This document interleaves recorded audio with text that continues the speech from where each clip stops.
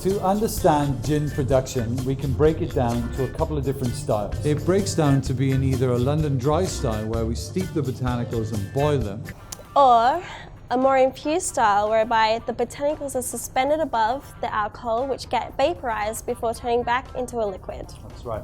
Now, most other spirits generally start from scratch by fermenting base ingredients, adding yeast and water and something that contains starch to create a beer before beginning the distillation process.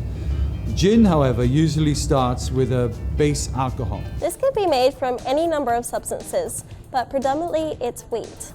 Other popular choices are other cereal grains or grapes.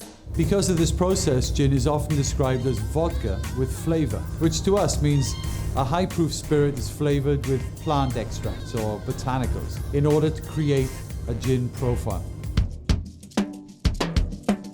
Depending on the producer and the various methods of distillation used, traditionally gin is made in copper pot stills in batches, starting with a rectified spirit at 96% ABV. It's generally diluted back to approximately 50% before then being either layered with botanicals and steeped before cranking up the heat.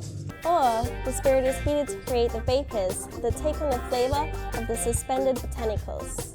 The skill of the distiller and distillman decide on the point when the cut should be made. This is where we separate the heads, heart and the tails of the spirit. Only the best cut, the heart, is taken forward to then become the gin that goes into the bottle. To make gin, the distiller first needs to select the botanicals they want to wrap around the core flavor of base spirit, which with gin is always juniper. In order to impart these flavors in the spirit, the distiller can use one of a few methods. The first and most popular is maceration, where the botanicals are soaked in the spirit and then distilled with it so that it imparts the flavors. Cart ahead is a method that uses a basket for the botanicals during distillation. During evaporation, alcoholic vapors rise up through the basket of botanicals, very much like a percolator. Some producers of New World gins choose to distill botanicals and then blend the liquids after to retain and control flavor.